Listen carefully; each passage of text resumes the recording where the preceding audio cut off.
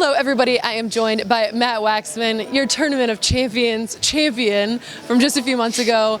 Day 3 of the main event. Now, there has been, actually, as a media person, I generally am just always dreaming of drama, and this year has just been chocked full of drama and controversy. So I want to get your opinions about all of those things. But first, before we started the interview, you were literally rearranging the seats at your table after everyone left. WTF is going on? I mean, I'm sitting like elbow to elbow with the dealer, and then the guy next to me, who's really not even in a bad spot. I'm like, his legs, like we're touching legs. I can't move. I'm trying to think in hands, and I just can't even. He's just grazing you, like gently. Yeah, and he's a nice guy. Like he saw that I was like disturbed, and he's like, "Hey, how can I help you?" And I'm like, "There's nothing we can do," because I asked. Everyone needs to inch over. Seriously, like it's an inches game, you know. If the middle guy just moved over a few, everyone would be a lot more comfortable. But instead, I'm just sitting on the dealer. So the 9 seat and the 1 seat too. I mean, like, let's just get real. They always suck. I've been in the 9 seat all tournament except for at one table, and surprisingly, I'm down like 300,000 chips at that table. I was gonna say, it's been a little swingy for you. I know you were like chip leading your day 2 field, and then and then I ended up bagging like 100, and now I'm down to like 40. So we've been on a steady decline this tournament. I'm hoping that, like, you know, lightning will just strike and I'll just hit a rush and get back in there, you know. But it's never gonna be easy, you know. It's tough, man. It's really hard. You want to try to stay focused during the main event of any tournament, but they're testing me today. Yeah, absolutely. And I think, you know, trying to keep your game face straight when you've already been playing 3 days, but you know that there's still so much longer to go. Maybe at 1 in the morning we'll hit the money, something like that. It's like it's a long grind.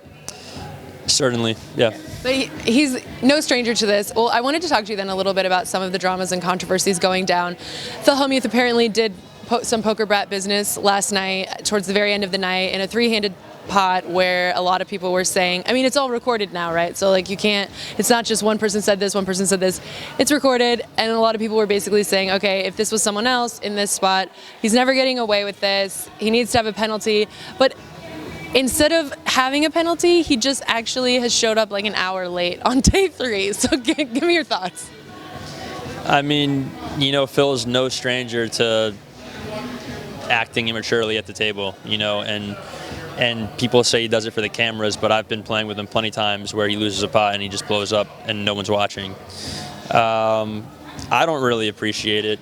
I know a lot of other people don't appreciate it, but some people are fans of his character, so to speak. But I don't think he's acting. That's really him, you know. But he's done like a lot of nice things off the table too. So it's really tough to judge somebody by the way they act at a poker table. You know, it's a competitive game. There's a lot of emotions going on. So you should never really just form an opinion about someone based on the way they're acting. Especially me, because I'm drunk every time you see me at the poker table. So don't judge me. Well, he's almost, I mean, now he's an entire level late on day 3. And I know Matt Savage, a couple weeks ago, he posted something that said, you know, what do you guys think about missing a hand at a poker table? And basically, you know, some players responded that, you know, it's this percentage worth of value, basically every single hand, depending on how many blinds you have and what level it is. And then other players said, yeah, but like your sort of life value of sometimes just stepping away from a table. What do you think about missing like a level on day 3 of the main event, and or also what Matt Savage was asking about? Well, yeah, it's math, you know, so you figure my table played 18 hands in an hour, which is kind of slow. That's like over 3 minutes a hand. Phil has, 85 big blinds, so he's going to be losing 10K in an hour. So he's going to, you know, which is like 5 big blinds, so he has 80. That's a lot, you know, but he'll be fine, and he knows what he's doing. Do you ever just take a hand off when you need to like cool down, or you're always in the game? I mean, I probably should, but no, I'm not going to miss a hand. You know, I'd like to think that I could just stay balanced and collected, but honestly, like, it would be better if I took some hands off. You know, I've definitely blown some chips from being a little tilted. Well, speaking of tilt, I also wanted to ask you about one other thing. Okay. So Vanessa is also someone that I think has kind of been known to occasionally explode a little or berate other players sometimes if she thinks they're playing terribly. she kind of took an interesting line to bust the main event, and a lot of poker players responded with their opinions about how she was playing. She then responded, you guys are attacking me, and this feels like, why do I even come on Twitter so everyone can make fun of me?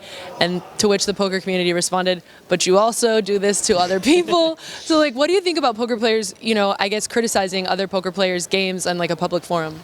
I mean, it's not cool, but like, if you're a poker player, you gotta just kind of be all right with it, like this is nothing new. Vanessa's been getting stuff like this for years, and maybe she's just a little more upset with herself for like bluffing it all off in the main, because I know she's retired and she's not really playing much poker lately. But yeah, I mean, if I've learned anything, it's that it's all about your own feelings about yourself. You don't need to worry about what the idiot trolls who are just on Twitter all day have to say. Amen. And I am one who is notorious for not liking constructive criticism, but that is for the exact reason you say. Generally speaking, you're your own harshest critic, and so. This guy with 7 followers said I played bad, and now I can't sleep. It's like, get a life, man. Not Vanessa, of course. I'm just saying, the guy with 7 followers. Yeah. We just saw something like that the other day. Someone tweeted back, yeah, the craziest thing would be for you to get 1 follower. The person literally had 0 followers. Anyways, it's okay if you have 0 followers. I appreciate you taking the time. It's day 3. I hope to see you day 4, day 5. Run that 40K up. Let's do it. I'll do it. No big deal. Thanks. Tournament of Champions, main event champion soon to be Matt Waxman. I'm Sarah Herring. You're on PokerNews.com.